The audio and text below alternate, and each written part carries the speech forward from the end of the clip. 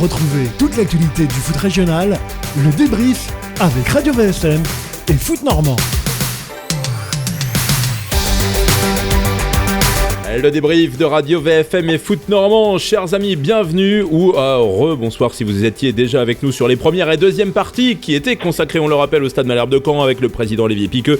Sur la deuxième partie, on s'est concentré sur QRM qui s'apprête à disputer 2 matchs décisifs pour son maintien en Ligue 2.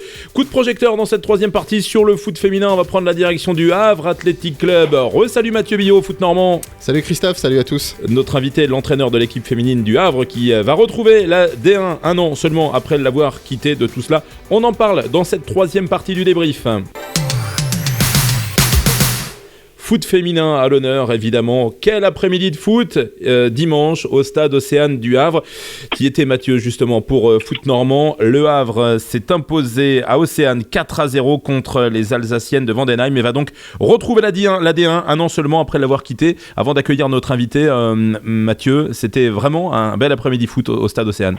Oui, c'était un bel après-midi. Bon voilà, il fallait terminer le travail pour les Havraises, le travail qu'elles avaient construite tout au long de l'année contre cette équipe Lanterne Rouge, une équipe valeureuse mais forcément un petit peu limitée en termes de qualité pour ce niveau-là.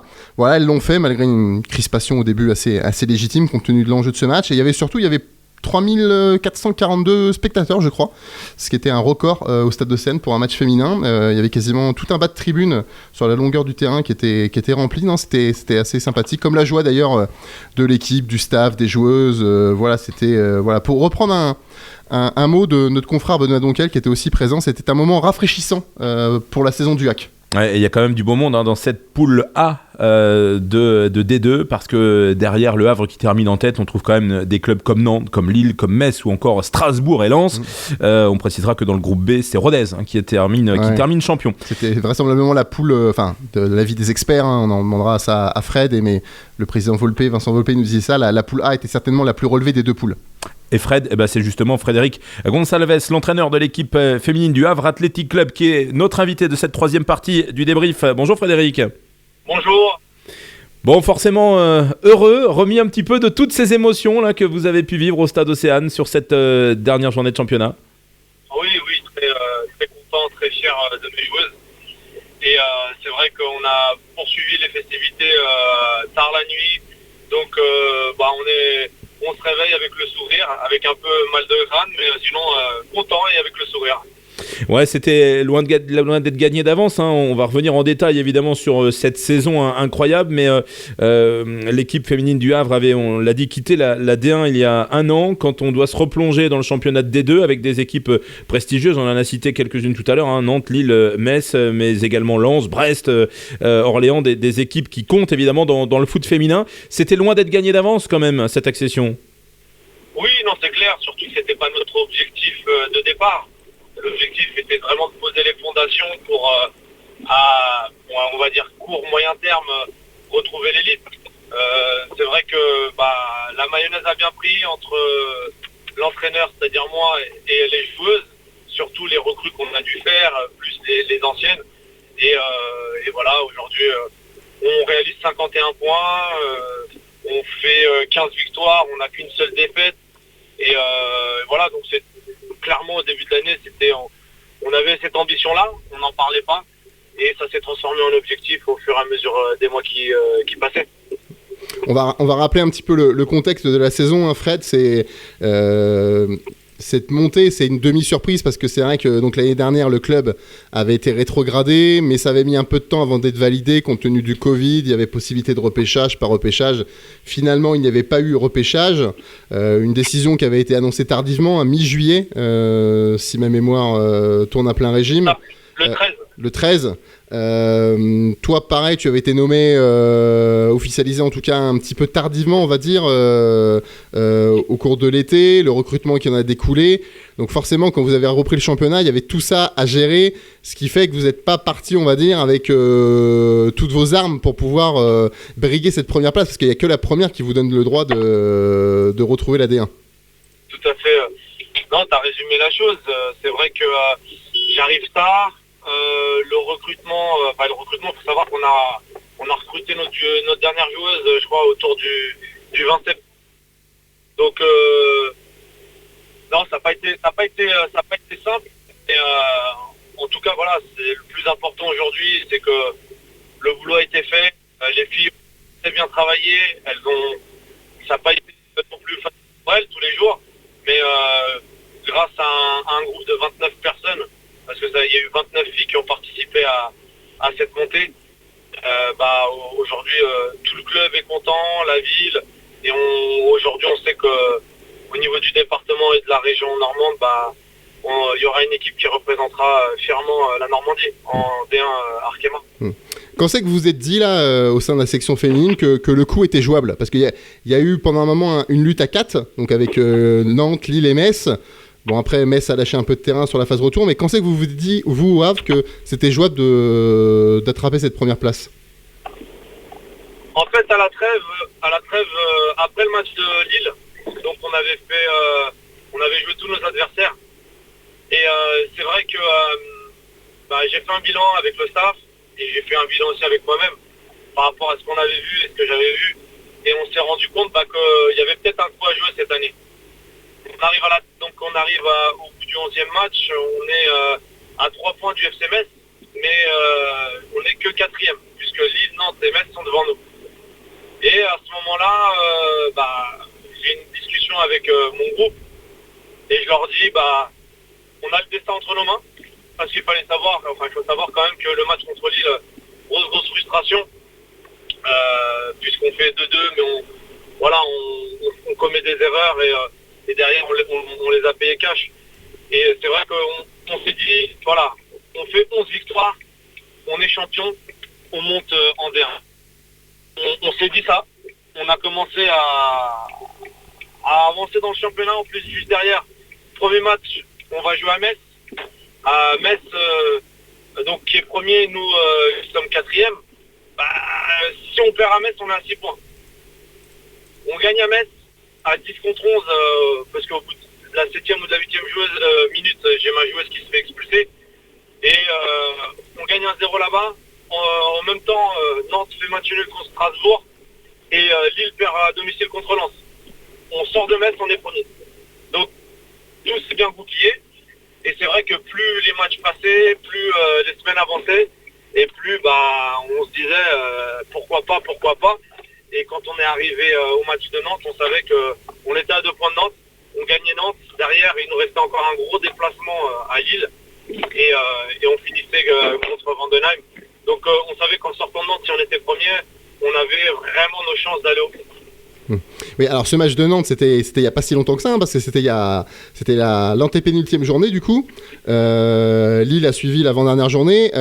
Ces deux matchs qui symbolisent un peu peut-être votre saison et l'effectif aussi du HAC, parce que ces deux matchs remportés dans les dernières minutes, je crois que Nantes c'est 88e et Lille c'est 89e, quelque chose comme ça, les buts de la victoire. Exactement. Ouais, c'est ça aussi ce qui a noté cette saison du côté du HAC féminin, c'est cette capacité à ne pas renoncer.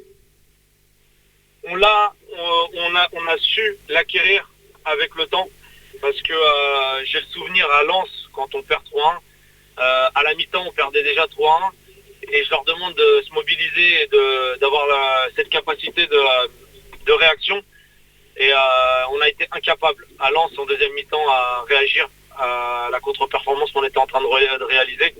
Mentalement on n'était pas prêt, et c'est vrai qu'à la sortie de ce match-là, je vais être honnête, personnellement, j'en avais parlé avec des membres de mon staff et je leur avais dit, mentalement, on n'est pas prêt.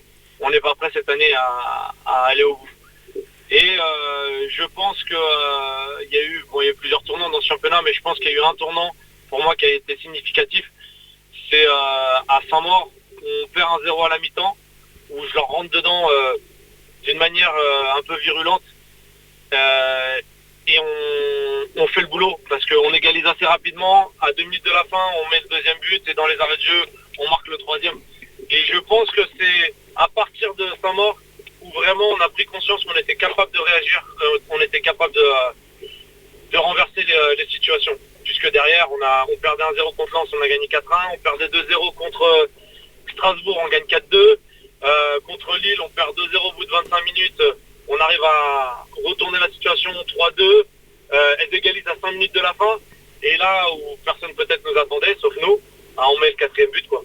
et ce qui nous permet aujourd'hui de retrouver l'élite française. Le match de dimanche après-midi a été un petit peu plus sage niveau scénario. Vous êtes imposé 4-0. Oui. Vous êtes imposé 4-0 contre la Lanterne Rouge, Vandenheim. Il y avait un peu de crispation au départ. Hein, encore une fois, c'est bien légitime. Juste un mot plutôt sur au coup de sifflet final. Il y a eu une belle joie, je veux dire simple, mais un beau partage aussi avec les supporters qui étaient présents. Tout le monde était heureux en présence du président Vincent Volpe, de son épouse. Hein, on sait tout l'attachement qu'ils ont pour la section féminine du HAC.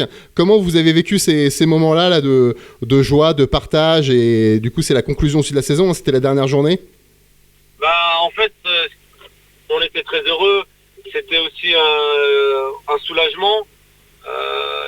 On va dire une délivrance, parce que ça faisait là 15 jours qu'on attendait ce match avec impatience après Lille, et on l'attendait avec impatience, que ce soit les joueuses ou nous au niveau du staff. Et là, c'est vrai qu'on n'a pas fait notre meilleur match de la saison dimanche, mais l'enjeu a pris le pas sur le jeu, clairement. Mais le plus important a été fait. On gagne 4-0, les filles étaient très heureuses. Il faut savoir aussi qu'il y a 2 ans, malheureusement, elles n'ont pas pu fêter cette montée avec le public pour cause de Covid. Donc voilà, c'était quelque chose qui était attendu par tout le monde les 15 derniers jours. Donc voilà, donc c'est génial. On est tous heureux, on est tous contents et comme je dis, c'est génial. Ouais, c'est parfait. Frédéric Gonçalves, entraîneur de l'équipe féminine du Havre Athletic Club et l'invité du débrief de Radio VFM et Foot Normand, l'équipe havraise qui, on l'a dit, retrouve donc l'AD1 féminine un an après l'avoir quitté, Mathieu. Et bon, il y a forcément, vous allez profiter, hein, on le dit, hein, vous allez être reçu à la mairie du Havre par Édouard Philippe lundi soir, donc vous êtes vraiment mis en avant cette section féminine, mais il va falloir préparer la suite, même si c'est peut-être déjà le cas depuis quelques temps. Au début de saison, tu l'as dit, Fred, c'était pas forcément l'objectif, en tout cas déclaré. Est-ce que cette montée, elle n'intervient pas un petit peu trop tôt par rapport à la construction de l'effectif? Est-ce qu'aujourd'hui, tu as beaucoup de filles qui ont le niveau pour jouer en D1? On sait comment ça s'est passé, hein, tu n'étais pas là, toi tu es arrivé l'été dernier, mais donc la saison dernière, ça a été une saison très compliquée pour le HAC en D1 féminine. On voit que le promu Saint-Etienne éprouve beaucoup de difficultés aussi cette saison. Il y a une marche très importante entre les deux divisions. Est-ce qu'elle vient pas un peu trop tôt, cette montée? Non, tu sais, vaut mieux la prendre maintenant, surtout que l'année prochaine en D2 ça va être très difficile, puisqu'il y a 2 poules de 12 équipes. Ce qui va se passer, c'est qu'il y a une refonte de championnat avec la création de la D3. Oui. Et seule la première équipe montera en D1, et les 5 équipes qui suivront, donc de la 2e à la 6e place, se maintiendront en D2.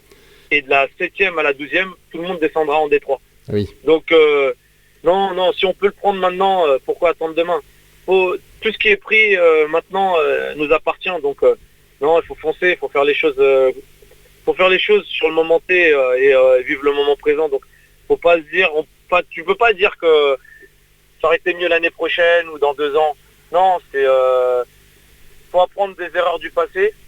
Et tout simplement on ira en D1 pour essayer de se maintenir parmi les 10 premiers clubs du championnat. Tu sais, si on me dit aujourd'hui, Fred, là vous êtes 10e vous vous maintenez avec un but plus que le 11e, on signe tout de suite. Le but c'est de se maintenir et après derrière construire autour de ce maintien. D'accord. Aujourd'hui voilà, on a fait les choses comme tu dis, peut-être plus vite que ce qu'on attendait, et c'est certain, ça aussi. Mais non, c'est évidemment que si on pouvait le prendre cette année, il fallait le prendre, et c'est ce qu'on a fait. Est-ce que malgré tout, il y a un gros boulot qui vous attend, avec également Laure Lepailleur, hein, qui est la manager générale de la section, et qui est aussi ton adjointe, elle a la double casquette. Est-ce qu'il y a un gros boulot qui vous attend au niveau du recrutement pour justement construire un effectif capable de se maintenir en D1? Ce volet-là appartient à Laure. Donc c'est Laure qui est sur le dossier, c'est elle qui est en train de tout gérer. Après, oui, il va falloir se renforcer, on le sait. Il va falloir ramener encore des personnes qui connaissent ce niveau-là et qui pourront aider l'équipe à se maintenir dans l'élite française. C'est indéniable, c'est une évidence. On avait aussi une petite question te concernant. Là, tu dis tu dis nous. On est bien d'accord que ce sera avec toi à la tête de l'équipe. Hein. Tu avais signé 1 an l'été dernier. Il y avait une option d'1 an supplémentaire. Je ne sais pas sous quelles conditions elle pouvait être éventuellement levée, cette option. Mais on est bien d'accord que ce sera avec toi aux commandes de l'équipe la saison prochaine. J'ai encore faut que je rencontre mes dirigeants, que je vois avec eux. Comme je l'ai dit hier et je le répète, je suis bien en Normandie, je suis très bien au Havre. J'aime le HAC.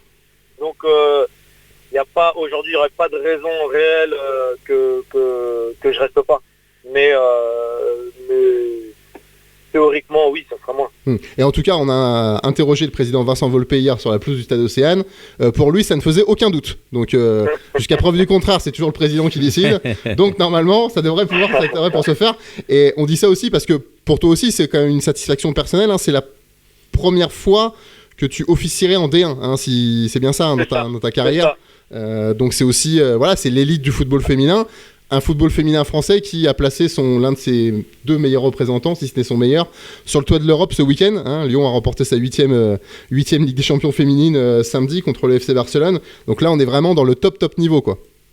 Ah oui, la D1 Arkema, c'est peut-être le championnat le plus fort d'Europe et certainement du monde. Donc on sait que le niveau est très élevé. Maintenant, on y va. Moi, oui, comme tu le disais, pour moi, ça va être une découverte. J'ai connu la 19 nationale avec les filles, j'ai connu la D2 et aujourd'hui je suis en passe de connaître la D1, donc j'aurais connu un peu tous les niveaux, mais c'est sûr que oui, pour moi aussi c'est une certaine excitation et j'ai envie d'aller voir comment c'est en haut. Et donc pour les spectateurs, les amoureux du HAC, les amoureux du football féminin, on peut d'ores et déjà leur donner rendez-vous pour la saison prochaine. Hein, il y aura des belles affiches contre Paris, contre Lyon on a dit, contre Bordeaux, contre le Paris FC, et donc aller soutenir cette équipe qui est le porte-drapeau du football féminin normand. Exactement, ouais, ça met une belle pression quand même, mais le Havre sera indéniablement, tu le disais Mathieu, la place forte du foot féminin. Ça l'est depuis assez longtemps, mais là déjà longtemps, ça le sera encore plus évidemment avec le retour de l'équipe féminine en première division. Quand tu joues en première division de ton sport, quand même, ça a quand même une autre connotation. Quand on voit même en termes médiatiques, hein, ça va être autre chose aussi, en termes de réputation d'adversaire. Donc non, c'est bien. Et puis en plus, on le signale, hein, je ne sais plus si on l'a signalé, mais il y avait quasiment 3500 personnes hier au stade. Donc c'est quand même pas anodin. Et on peut se dire que peut-être l'année prochaine, on peut renouveler ce type d'affluence, peut-être voire même faire plus. Et c'est plutôt une bonne nouvelle pour le HAC, pour le sport féminin, et puis pour tes filles, tout simplement, Fred. Exactement. C'est ce qu'on veut, hein. C'est gratifiant pour le travail fait et accompli durant toute cette saison et sincèrement les filles le méritent pleinement. Moi ça me fait plaisir aussi de voir cet engouement là autour de l'équipe et on espère que l'année prochaine on aura toujours autant de spectateurs, autant de personnes qui nous suivront et qui nous donneront cette force de réussir à se maintenir en D1.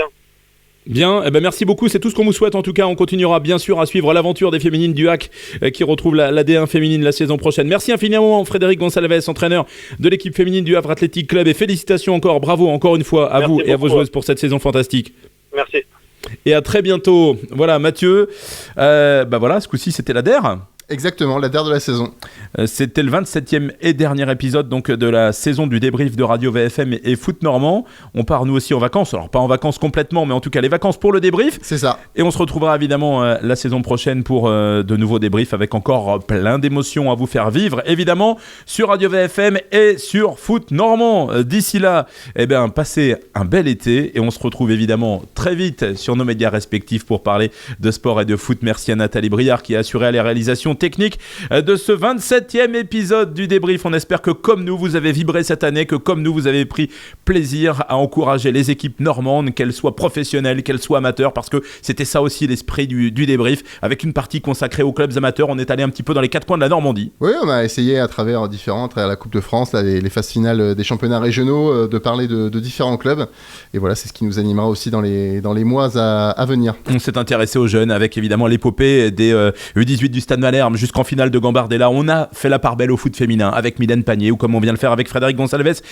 au Havre Athletic Club. Voilà, on espère vous avoir offert un maximum de diversité, que tout le monde y a trouvé son compte. En tout cas, nous, c'était un kiff pour cette première année. Merci encore une fois à toutes et à tous pour votre fidélité. On vous souhaite un bel été et à très vite sur Radio VFM et Foot Normand. Bye bye. Le débrief, l'émission sur toute l'actualité du foot régional avec Radio VSM et le foot normand.